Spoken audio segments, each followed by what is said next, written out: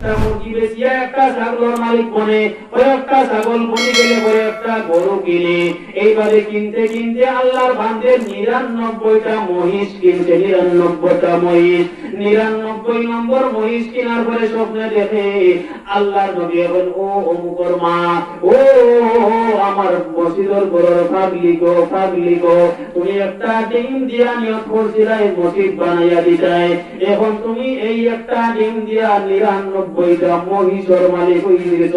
তুমি খবরদার এই মুহূর্তে মহিষগুলা বিক্রি করিও না, বিক্রি করিও না। এই মহিষগুলা আর একটা মহিষ কিনো, আর একটা মহিষের মালিক বনো।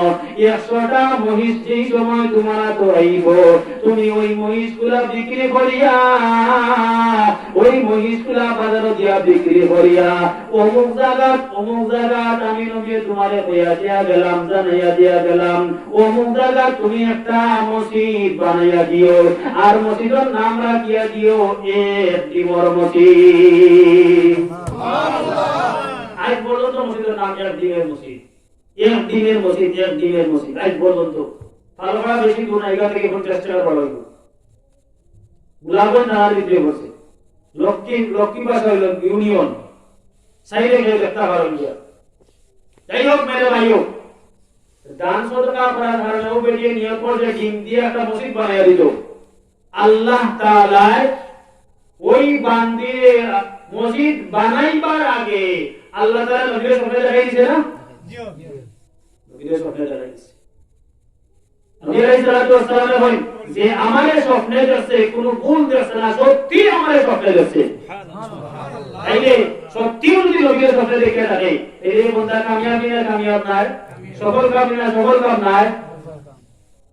দান সদকাও তো করেছি, এর লাগি এই মসজিদের একদিন দিয়ে এখন বানাই দিই তোমার। তাইলে এই মসজিদ বানাই দিলে এখন সাদর প্রয়োজন, বাবা ওর কয়েক লক্ষ টাকা লাগে। আর এই মুহূর্তে সাত ছাড়া মসজিদে নামাজ পড়তে দিলা, মুসলিমদের নামাজ পড়তে দিলা। মেরে ভাইও আপনারা দান সদকা করছেন গতি কো অল্প দিনের ভিতরে। আমি গত শুক্রবারে মনে কইছি এই মসজিদ আমি 7 বছর আগে দেখে গেছিলাম, 3 মসজিদ, আর 7 বছর পরে দেখি মাশাআল্লাহ এই এলাকা মধ্যে হল লাগি বড় মসজিদ, বড় বড় সুবহানাল্লাহ সুবহানাল্লাহ। মেরে ভাইও এর লাগি অনুরোধ করি মসজিদে দান সদকা করব, শুধু টাকা পয়সা দিনাই তোরাই দিয়াও করব, আকল দিয়াও করব, ব্রেন দিয়া করব, অন্য কারণে কি সহযোগিতা চাইয়া আনিয়া করব ইনশাআল্লাহ। আল্লাহ ভাই হল বাবা হল বড় মসজিদের ইমাম সাহেব, যার যে পরিমাণ যোগ্যতা আল্লাহ ও জায়গা পর্যন্ত নিয়ে পৌঁছায়। বড় মসজিদের ইমাম সাহেবের যোগ্যতা, বড় মসজিদের ইমামতি করার যোগ্যতা আছে। ওদিকে আল্লাহ তাআলা বড় মসজিদে ইমাম বানাইছে, খতিব বানাইছে। আমি চাই আপনারা দান সদকা করতা আর বড় মসজিদের ইমাম সাহেবের দোয়া করতা। আপনারা চাই না নেই গান বড় ভাই হয় না